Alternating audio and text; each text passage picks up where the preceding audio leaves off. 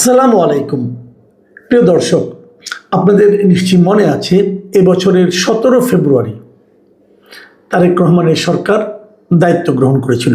মানে 12ই ফেব্রুয়ারি নির্বাচন হয়েছিল, তাদের বিজয় হলো, তারপর শপথ গ্রহণ সব মিলিয়ে 17 তারিখে দায়িত্ব হস্তান্তর হলো।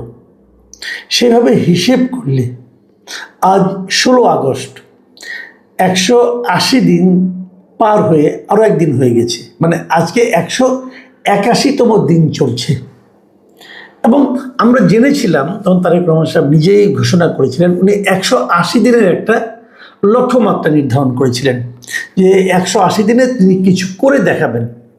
এবং আমরাও মনে করি যে হয়তো খুব শিগগিরই উনি একটা জনগণের সামনে আসবেন, একটা প্রেস ব্রিফিং করবেন, অথবা প্রেস কনফারেন্স করবেন, অথবা জাতীয় উদ্দেশ্যে ভাষণ দিবেন, কিছু একটা করবেন, করে উনি জানাবেন যে এই 180 দিনে উনি কি কি করতে চেয়েছিলেন এবং কি কি করতে পেরেছেন। আমরা প্রত্যাশা করব যে উনি বলবেন এই 180 দিনে তার সরকারের কি রিপোর্ট কার্ড, এটা আমরা একটু দেখতে চাই যে কোন কোন ক্ষেত্রে উনি ভালো করেছেন, কোন কোন ক্ষেত্রে উনি খারাপ করেছেন, কোন কোন ক্ষেত্রে ভালো করার জন্য কাদেরকে উনি প্রশংসা করবেন এবং কারা খারাপ করেছেন তাদেরকে উনি নিন্দা করবেন অথবা তাদের দায়িত্ব থেকে সরিয়ে দেবেন। আমরা আশা করব যে উনি সবচেয়ে কম ভালো যারা করেছেন অথবা যারা খারাপ করেছেন, যাদের নিয়ে সমালোচনা হয়েছে, যাদের ব্যাপারে সাধারণ মানুষের মধ্যে এক ধরনের রিজার্ভেশন তৈরি হয়েছে, তাদেরকে উনি দায়িত্ব থেকে সরিয়ে দেবেন। অনেক বড় দল, অনেক নেতা আছে এই দলে। এমপি সাহেব আছেন প্রায় 9 জন তো নির্বাচিতই হয়েছেন, তারপরে আরও আছে 35-36 জন যা নাকি নারী নেতৃত্ব এসেছেন। কাজে অনেক নেতাও আছেন। আপনি নিঃসন্দেহে ঘুরিয়ে ঘুরিয়ে অন্য কাউকে দিয়ে ট্রাই করতে পারেন। যদি এটা আপনি করেন, আমি মনে করি আপনার মন্ত্রিসভার উপর আপনার একটা নিয়ন্ত্রণ প্রতিষ্ঠা হবে। নয়তো তারা মনে করবে এই যে এই লোক তো কিছু বলে না, আমি ভালো করি আর বন্ধ করি, কেউ কিছু বলে না, এটা কিন্তু আসবে। কাজেই আমরা আশা করব 2-1 দিনের মধ্যেই ওনার কাছ থেকে সেই ধরনের একটা রেসপন্স পাওয়ার। এবং আমি আসলে আশা করেছিলাম যে উনি হয়তো এই প্রস্তুতিটা আর একটু আগে নেবেন এবং 180তম দিন পার হওয়ার পরেই উনি জনগণের সামনে আসবেন। কিন্তু এখন মনে হচ্ছে যে উনি একটু দেরি করছেন, মানে হয়তো সেভাবে প্রস্তুতিটা ছিল না, হয়তো সেভাবে চিন্তা করেননি। তবে এই চিন্তা না করাটাও, ঠিক সময়ে প্রকাশিত করা না করাটাও, এটাও আমি মনে করি যে এটা খুব একটা ভালো উদাহরণ তৈরি হলো না। যাই হোক, তারপরও আমরা আশা করব যে উনি খুব শিগগিরই একটা কিছু বিশ্লেষণ দেবেন।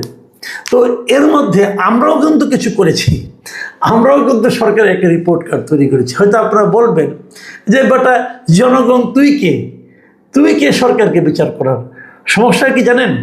সরকারে যারা থাকেন তারা সব খুব জ্ঞানীগুণী লোক, তারা খুবই ক্ষমতাধর লোক, তারা চাইলেই অনেক কিছু করতে পারেন। কিন্তু সমস্যাটা হচ্ছে যে নির্বাচিত হওয়ার জন্য, সরকার গঠন করার জন্য এই লোকগুলিকে আমাদের মতো সাধারণ মানুষের কাছে এসে ভোট ভিক্ষা করতে হয়, ভোট চাইতে হয়। যদি নির্বাচন ব্যবস্থাটা ঠিক থাকে তাহলে আমরাই নির্ধারণ করি যে আপনাদের কোন কাজটা ভালো হয়েছে, কোন কাজটা খারাপ হয়েছে। এই জন্য আমরা কিন্তু প্রতিদিনই প্রস্তুতি নেই, আমরা কিন্তু প্রতিদিনই আলোচনা করি, আমরা প্রতিদিনই বলি আপনার এই কাজটা আপনারা ভালো করতে পারেননি।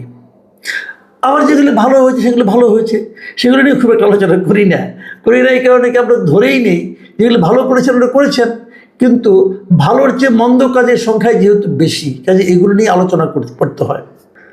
আমি তেমন কিছু না, আমি কিন্তু দুটো প্রসঙ্গ নিয়ে আজকে আলোচনা করব, যে দুটোতে ওনারা ভালো করতে পারেননি বলে আমি মনে করি। সেটা হলো জ্বালানি খাত এবং আইন শৃঙ্খলা। এই দুটোতে মিজারেবলি ফেল করেছে। দেখেন, আইন শৃঙ্খলার একটা মাত্র ঘটনা বলি। কালকে আমরা দেখলাম 15 তারিখে এই 32 নম্বরের সামনে যে ঘটনাগুলি ঘটলো, এক ভদ্রলোক যার কোনো ঠিকানা নাই, যার শুনে একাধিক এনআইডি আছে, নানা রকম কথাবার্তা এবং যেগুলি তার সম্বন্ধে তথ্য আসে, মানে আমার মনে হয় উনি একদম গুরুত্বহীন ব্যক্তি বলতে যা বোঝায় এই লোকটা হয়তো তাই। সেই লোকটা শত শত পুলিশের সামনে যাকে ইচ্ছা তাকে পিটালো, চট থাপড় মারলো, কিল ঘুষি মারলো, ঝাড়ু দিয়ে পিটালো। পুলিশ তাকিয়ে তাকিয়ে দেখলো, পুলিশকে একজন সাংবাদিক জিজ্ঞাসা করলো, আপনারা এটা কেন করতে দিচ্ছেন? পুলিশ বলতেছে, আমি দেখছি। ওই সাদ্দাম নামে দেখলাম এক ভদ্রলোক, পুলিশের উপকমিশনার শুনলাম, মানে এরকম ব্যক্তি কি বললেন উনি, আমি কোনো কথাগুলো আগে মাথা বুঝলাম না। এবং ওনার এই বক্তব্যের কারণে পুরো পুলিশ, তাদের উপর মানুষের ধারণাটা কি দাঁড়ালো।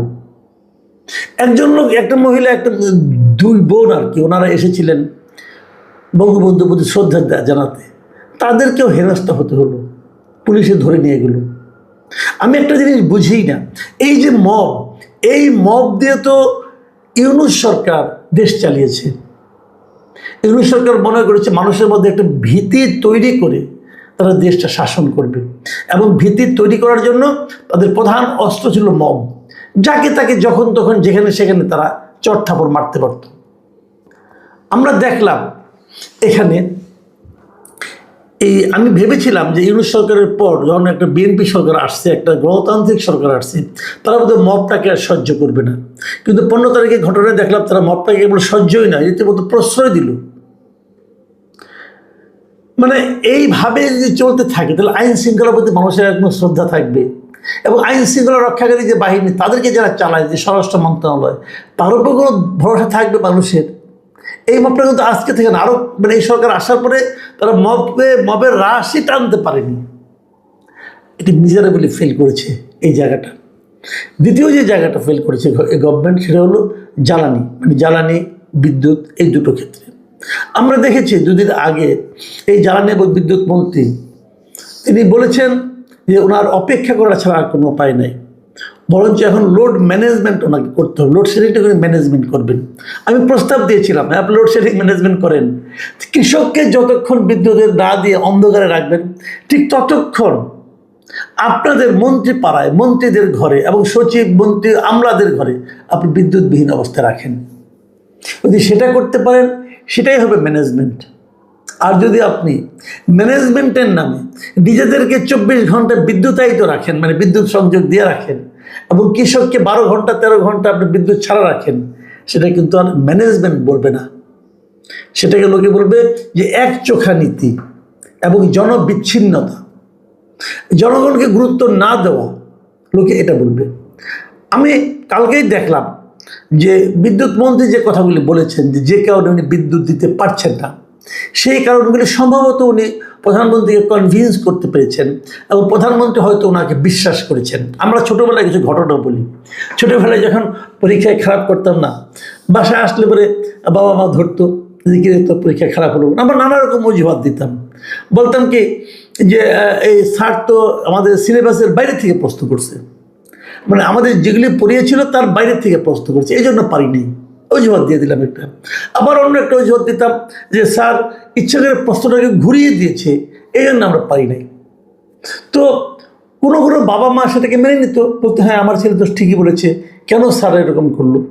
কিন্তু আবার কোনো বাবা মা, বিশেষ করে আমি আমার বাবা মার কথা বলতে পারি, আমার বাবা খালি একটা কথাই বলতো যে তুই যে রেজাল্ট, তুই যে প্রশ্নের উত্তর মানে ভালো করতে পারস, তুই যে কম নাম্বার পেয়েছ, তোর ক্লাসের সবাইকে কম নাম্বার পেয়েছে, ওই জায়গায় যে কিন্তু আমরা ধরা খাই দিতাম।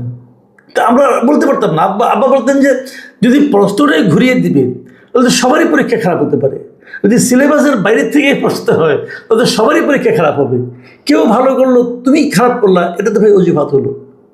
তো আমি এই কথাটা বললাম এই কারণে যে বাবারা বিশ্বাস করবে, সে বাবারা কিন্তু আসলে প্রতারিত হবে নিজের সন্তানের কাছে। আমাদের প্রধানমন্ত্রী যদি বিশ্বাস করেন যে এটা সে সম্ভব না, তাহলে আমি বলবো উনি প্রতারিত হয়েছেন ওনার মন্ত্রীর কাছে। আপনি আমাকে একটা কথা বলেন, পৃথিবীর অবস্থা কি খুব ভালো সবসময় ছিল, খালি এই বছরই খারাপ হলো? আগে কোনো যুদ্ধ হয়নি, আগে তেলের ক্রাইসিস হয়নি, আগে গ্যাসের ক্রাইসিস হয়নি, ম্যানেজমেন্টের ব্যাপার। আচ্ছা, আমাকে ওই দিন একজন বলছিল যে অগাস্ট মাস তো খুব চাহিদা একটু বেশি থাকে, তাই আমি ওনাকে বললাম ভাই অগাস্ট মাস কি একমাত্র এই বছরই আসছে? গত বছর অগাস্ট মাস ছিল না? গত বছরকে সূর্য অনেক গরম দেয়নি আমাদেরকে? তার আগের বছর আপনি বলেন না যে গত 10 বছর, গত 15 বছরের মধ্যে এই ধরনের ক্রাইসিস হয়েছে কিনা? তো এটা কি বিএনপি সরকারকে ব্যর্থ করার জন্য আন্তর্জাতিক ষড়যন্ত্র চলছে? আমি জানি না, আমি কিন্তু অত এক্সপার্ট না, আমি সাধারণ মানুষ, আমি সাধারণ মানুষের প্রশ্নটাই করছি। একটা সিএনজি চালক, থ্রি হুইলার যারা চালায়, তাদের কাছে যে জিজ্ঞাসা করেন গ্যাসের কি অবস্থা, তারা কিভাবে গালাগালি করে শুনেন একটু। আমি মাননীয় প্রধানমন্ত্রীকে বলবো যে আপনি আপনার লোকজনকে পাঠিয়ে বলেন যে ওই গালাগালিগুলো রেকর্ড করে নিয়ে আসো, আমি একটু শুনি, দেখি আমার সহ্য ক্ষমতা কি পরিমাণ। একটু বলেন না ভাই, আপনি তো খালি স্তুতি শুনছেন, আপনি কেবল অজুহাত শুনছেন। স্তুতি এবং অজুহাতে বিশ্বাস করবেন না প্লিজ, তাহলে প্রকৃত সত্য থেকে আপনি দূরে সরে যাবেন। দেখুন, আজকে দেখলাম আমাদের অর্থমন্ত্রী আমির খসরু মাহমুদ চৌধুরী, তিনি একটা কথা বলেছেন। আমি একটা নিউজ বলি, উনি কী বলেছেন। নিউজটা হলো, আমাদের হাতে কোনো জাদু নেই, সময় লাগবে 2 বছর। গ্যাস সংকট নিয়ে অর্থমন্ত্রী, ভেতরে আর পড়ার রুচি নাই। আমি শিরোনামটা পড়লাম, এটা মানব জমিন পত্রিকার শিরোনাম। মানে উনি বলতে চাচ্ছেন যে 2 বছর সময় লাগবে, আমার হাতে কোনো জাদু নাই। তো জাদু নাই, তাহলে মঞ্চে উঠেছেন কেন? ওটা তো জাদু দেখানোর মঞ্চ, ওখানে গিয়েছেন কেন আপনি? আপনার উপর ভরসা করে তো আপনাকে ওখানে পাঠিয়েছে, আপনি পারবেন, আপনি তো পারেন নাই। কেন পারেন নাই এই কাহিনী ভাই আমাকে শোনায়েন না। আপনি দায়িত্ব নিয়েছেন, আপনি কিভাবে পারবেন, কিভাবে পারা সম্ভব, এটা আপনাকে উদ্ভাবন করতে হবে, আপনাকে খুঁজে বের করতে হবে। আপনি 2 বছর বললেন, 2 বছরকে দেশের মানুষ না খেয়ে থাকবে, 2 বছরকে দেশের মানুষ গ্যাস চালাবে না, 2 বছর দেশের মানুষের গ্যাস লাগবে না। কোনো সরকারের লোক, কোনো মন্ত্রী যদি এইভাবে কথা বলে, তার মন্ত্রিত্বে থাকার আর বিন্দুমাত্র নৈতিক অধিকার নাই। আপনি পারছেন না, আপনার সমস্যা। পৃথিবীর অন্য কোনো দেশের মন্ত্রী এরকমভাবে কথা বলে কিনা একবার দেখে আসুন। না পারা কোনো বাহাদুরি নয়, না পারা লজ্জার, না পারা ব্যর্থতার, না পারা অপমানের, এবং সেটা ব্যক্তি জীবনেই এইগুলি। আর যখন সমষ্টিগত জীবনটা আপনার উপর নির্ভর করে, তখন আপনার ওই পদে থাকার আর কোনো অধিকার নেই। এই সহজ জিনিসটা বোঝার মতো বয়স এবং বুদ্ধি আপনার আছে, এই বিশ্বাস করেই তো আপনাকে ভোট দিয়েছিলাম। এই কথা শোনার জন্য ভোট দিইনি ভাই। প্রধানমন্ত্রী একটা ভালো কথা বলেছেন, আমি ওনাকে ধন্যবাদ দিচ্ছি। উনি বলেছেন এই যে সংকটটা আমাদের আছে, এই সংকটটার কোনো বিকল্প যদি সমাধান থাকে তাহলে আপনারা আসুন। দেখুন প্রধানমন্ত্রী কি গতকালকে উনি বলেছেন এই কথাটা, যে দেশের বিদ্যুৎ ও গ্যাস সংকট সমাধানে অন্য রাজনৈতিক দল সরকারের চেয়ে ভালো পরিকল্পনা দিলে তাদের পরিকল্পনা গ্রহণ করা হবে এবং বাস্তবায়নও করা হবে। তারপরে আরেকটা লাইন বলেছেন যে কেবল জনগণকে বিভ্রান্ত করতে, অপপ্রচার ছড়ালে জনগণের কাছেই তাদের ক্ষমা চাইতে হবে। খুব ভালো কথা বলছেন আপনি, আমার খুব পছন্দ হয়েছে। তারও আগে দেখলাম আপনি বিদ্যুৎ সংকটের জন্য জনগণের কাছে ক্ষমা চেয়েছেন, ওটাও আমার কাছে ভালো লেগেছে। উনি দেশ জুড়ে যে তীব্র গ্যাস ও বিদ্যুৎ সংকটের জন্য জনগণের যে ভোগান্তি হচ্ছে, এই জন্য উনি সকলের কাছে আন্তরিক দুঃখ প্রকাশ করেছেন ও ক্ষমা চেয়েছেন। ভালো, এটা আমি শুনতে পছন্দ করেছি এবং আমি মনে করি যে এটা প্রধানমন্ত্রী একজন সেন্সিবল মানুষের এটাই হওয়া উচিত ক্যারেক্টার। তারপরে উনি যে মানে বিরোধী দলের কাছে যে পরামর্শ চাইলেন যে আপনারা যদি আমাদের চেয়ে ভালো করতে পারেন, ভালো কোনো পরামর্শ থাকে আমাদের কাছে নিয়ে আসেন, এটাও আমার কাছে ভালো লাগছে। কিন্তু সম্পূর্ণ না, এটা নিয়ে একটু বলি 2-1টা লাইন। সেই লাইনটা হলো, আমরা মাঝখানে শুনেছিলাম যে বিরোধী দল নাকি, বিরোধী জোটে তারা নাকি একটা নাকি ছায়া মন্ত্রিসভা করবে।